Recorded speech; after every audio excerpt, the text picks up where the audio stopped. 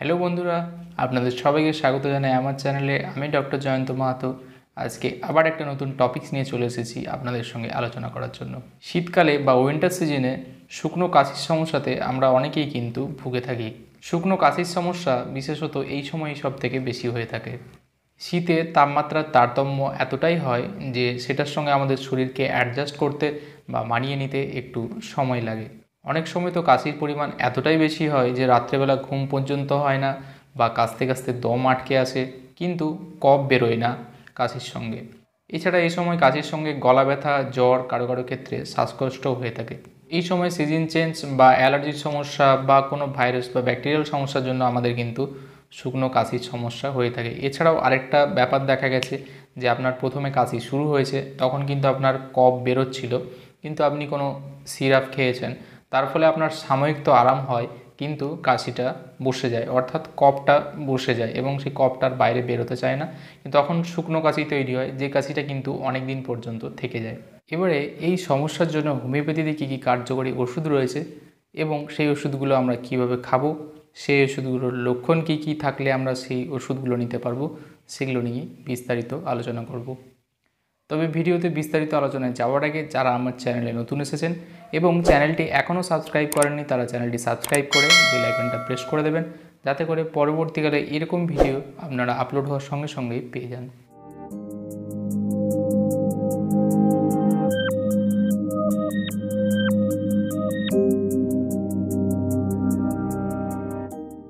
এই হোমিওপ্যাথি ওষুধগুলো যাওয়ার আগে আপনাদের কিছু ঘরোয়া উপায়, এটা আপনারাও জানেন, তাও আমি বলে নিচ্ছি যে সাময়িক আপনাকে কিন্তু এগুলো আরাম দেবে।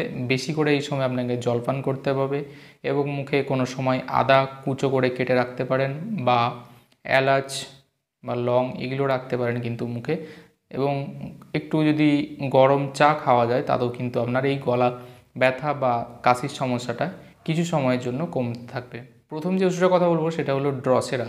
শুকনো কাশি, খুকখুকে কাশি, এইরকম টাইপের কাশির জন্য আদর্শ ওষুধ হলো ড্রসেরা। গলায় সবসময় আপনার ইরিটেশন বা একটা মনে হচ্ছে অস্বস্তি বোধ, এইরকম একটা সেন্সেশন থাকে গলার মধ্যে, এবং এর কাশি যদি একবার শুরু হয় তাহলে কিন্তু কাশি থামতে চায় না, অর্থাৎ একবার কাশি হলে তার সঙ্গে অনেকগুলো কাশি কিন্তু চলে আসে। অনেক সময় দেখা গেছে যে কাশির পরিমাণ এতটাই বেশি হয় যে কাশতে কাশতে মনে হয় দম আটকে আসছে একদম, এবং গলার স্বরও এর ক্ষেত্রে দেখা গেছে যে কিছু কিছু সময় পরিবর্তন হয়ে যায়। এবং ড্রসেরার কাশি কিন্তু মধ্যরাত্রি বা মাঝরাতের পর থেকে কিন্তু অ্যাগ্রাভেশন বা বাড়তে শুরু করে। এছাড়া আপনি যখনই বিছানায় শুতে যাচ্ছেন কিন্তু বা বিছানায় যাওয়ার পর থেকেই দেখা যাচ্ছে যে সারাদিন আপনি ভালো ছিলেন, কিন্তু তারপরেই কাশির পরিমাণটা অনেক বাড়ছে, কিন্তু দিনের বেলা কিন্তু সেই পরিমাণে আপনার অতটা কাশি হয় না। তো এইরকম লক্ষণগুলো যদি থাকে সেক্ষেত্রে আমরা ড্রসেরা ওষুধটা ইউজ করে থাকি। এক্ষেত্রে ড্রসেরা 30 পোটেনশি 1 চামচ জলে 2 ফোঁটা মিশিয়ে দিনে 2বার থেকে 3বার খেতে হবে, এবং ছোটদের ক্ষেত্রে ড্রসেরা 30 পোটেনশি 1 চামচ জলে 1 ফোঁটা মিশিয়ে দিনে 2বার থেকে 3বার খাওয়ানো যেতে পারে। নেক্সট যেটা কথা বলবো সেটা হলো রিউমেক্স। রিউমেক্স কিন্তু এই যে শীতকাল বা এই সময়টা যে চলে, এই সিজনে যে ঠান্ডা হাওয়াটা চলে, সেই ঠান্ডা হাওয়া বা বাতাস যদি আপনার কোনো কারণে মুখ দিয়ে ইনহেল করেছেন এবং তারপরেই আপনার গলা ব্যথা, খুসখুসে কাশি শুরু হয়েছে, নাক একদমই শুকনো হয়ে যায়, ড্রাই হয়ে যায়, এবং তার সঙ্গে মনে হয় যে গলায় কিছু একটা লেগে রয়েছে, এবং সেটার জন্য এতটাই ইরিটেশন হয় যে বারবার আপনাকে কিন্তু সেটার জন্যই কাশি হয়, ওই ইরিটেশনের জন্যই। এবং রাত্রেবেলা এবং এই ইরিটেশনের জন্য এবং এই কাশির জন্য কিন্তু ঘুম ঠিকঠাক করে আসে না। এইরকম যদি লক্ষণ পাওয়া যায় সেক্ষেত্রে আমরা রিউমেক্স 30 পোটেনশি ইউজ করে থাকি। বড়রা রিউমেক্স 30 পোটেনশি দিনে 3বার 1 চামচ জলে 2 ফোঁটা মিশিয়ে খেতে পারে, এবং ছোটরা 30 পোটেনশি 1 চামচ জলে 1 ফোঁটা মিশিয়ে সারাদিনে 3বার খাবে।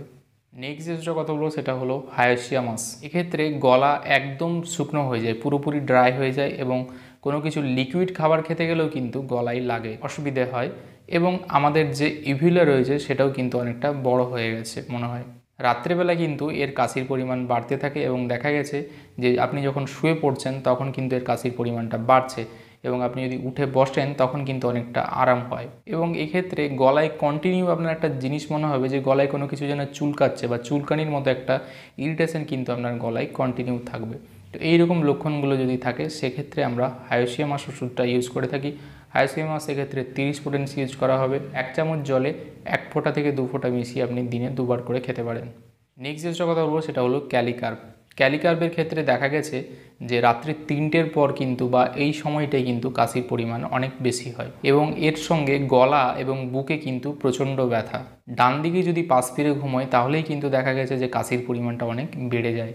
এক্ষেত্রে কাশির সঙ্গে কিন্তু বুকে ব্যথা থাকে এবং কিছু কিছু ক্ষেত্রে দেখা গেছে যে কফ অল্প পরিমাণে বেরোয় কিন্তু সেটার পরিমাণে অনেকটাই কম এবং আপনার যে কফটা বেরোলো সেটা উঠে আসে কিন্তু একদম যে মুখের বাইরে বা আপনি বাইরে বের করতে পারছেন সেটা হয় না এবং সেই জন্য আপনাকে কিন্তু ঢোক গিলতে হয় বারবার এবং এই প্রসেসটা কিন্তু চলতে থাকে। অর্থাৎ আপনার কাশি হবে, অল্প একটু কফ মনে হচ্ছে বেরিয়ে আসছে কিন্তু গলায় আটকে যাবে, তারপর আপনি আবার ঢোক গিলবেন। এবং যাদের অল্পেতেই ঠান্ডা লাগার প্রবণতা রয়েছে, অর্থাৎ অল্প ওয়েদার চেঞ্জ হলে বা সিজন চেঞ্জ হলেই ঠান্ডা লেগে যায় এবং বেশি গরম ওয়েদার বা গরম বেশি প্রেফার করেন, তাদের ক্ষেত্রে কিন্তু ক্যালিকার্প আদর্শ ওষুধ হিসেবে ব্যবহৃত হয়। তো এই ক্ষেত্রে ক্যালিকার্প 30 পোটেন্সি বড়রা 1 চামচ জলে 2 ফোঁটা মিশিয়ে দিনে 2বার থেকে 3বার খেতে পারে এবং ছোটরা 30 পোটেন্সি 1 চামচ জলে 1 ফোঁটা মিশিয়ে দিনে 2বার থেকে 3বার খাবে।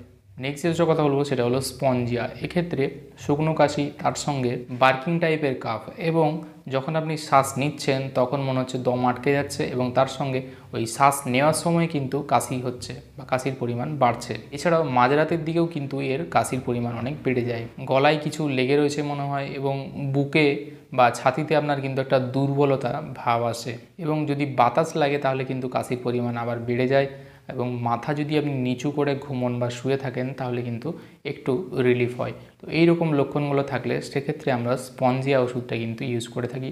তো বাচ্চাদের ক্ষেত্রে স্পঞ্জিয়া 6 পোটেন্সি দিনে 2বার থেকে 3বার আপনি 1 চামচ জলে 1 ফোঁটা করে দিতে পারেন এবং বড়দের ক্ষেত্রে স্পঞ্জিয়া 30 পোটেন্সি দিনে 3বার 1 চামচ জলে 2 ফোঁটা করে মিশিয়ে খেতে পারেন। নেক্সট যেটা কথা বলবো সেটা হলো বেলেডোনা। এই ক্ষেত্রে খুকখুকে কাশি এবং শুকনো কাশি হয়, তার সঙ্গে টনসিল বা গলাতে কিন্তু ব্যথা থাকে, টনসিল লাল হয়ে যায়, ফুলে ওঠে, গলার স্বর একদম বসে যায় বা গলার স্বর চেঞ্জ হয়ে যায়, মনে হয় গলার ভেতরে কিছু একটা আটকে রয়েছে এবং গলায় ব্যথার পরিমাণ এতটাই বেশি হয়ে যায় আপনার ঢোক গিলতেও কিন্তু অসুবিধা হবে। তো এইরকম যদি লক্ষণ দেখা যায় সেক্ষেত্রে বেলেডোনা 30, 200 এই পোটেন্সিগুলো ইউজ হয়ে থাকে। বড়টা বেলেডোনা 200 পোটেন্সি দিনে 3বার 1 চামচ জলে 2 ফোঁটা করে মিশিয়ে খেতে পারেন এবং ছোটরা বেলেডোনা 30 পোটেন্সি 1 চামচ জলে 1 ফোঁটা করে মিশিয়ে দিনে 2বার থেকে 3বার খেতে পারেন। তো বন্ধুরা, হোমিওপ্যাথিতে শুকনো কাশি বা এই টাইপের কাশিগুলোর জন্য এই ওষুধগুলো দেখা গেছে সব থেকে বেশি কার্যকরী। এছাড়াও কিন্তু অনেক ওষুধ রয়েছে, সেগুলো সব এত বিস্তারিত আলোচনা করা সম্ভব নয়, কিন্তু এই ওষুধগুলোই সব থেকে ভালো কাজ করে এবং দেখা গেছে যে এগুলোই সব থেকে বেশি ব্যবহৃত হয় এবং এই ক্ষেত্রে আপনারা এই ওষুধগুলো কিন্তু ইউজ করলে অবশ্যই উপকার পাবেন এবং বেশ কিছুদিনের মধ্যেই আপনি আরাম পাবেন এবং আপনার কাশির সমস্যা কিন্তু দূর হয়ে যাবে। ভিডিওটি যদি আপনার ভালো লেগে থাকে এবং আপনার কোনো উপকারে এসে থাকে তাহলে অবশ্যই লাইক করবেন, কমেন্ট করবেন এবং আপনাদের বন্ধুবান্ধব বা যারা রয়েছেন পরিচিত তাদের মধ্যে শেয়ার করে ছড়িয়ে দেবেন। এবং কাশির সম্পর্কিত আমার আরও অনেকগুলো ভিডিও চ্যানেলে রয়েছে এবং আমি আই বাটনের লিঙ্ক দিয়ে দেবো, সেগুলো আপনারা দেখতে পারেন যদি আপনাদের ওই রিলেটেড কোনো সমস্যা থাকে বা ওই ভিডিওগুলো দেখলেও কিন্তু আপনাদের এই সমস্যার জন্য কিছু উপকার হয়ে থাকতে পারে। আজকে এই পর্যন্ত রইল বন্ধুরা, দেখা হবে পরে আবার এরকম একটি ভিডিওতে। ধন্যবাদ।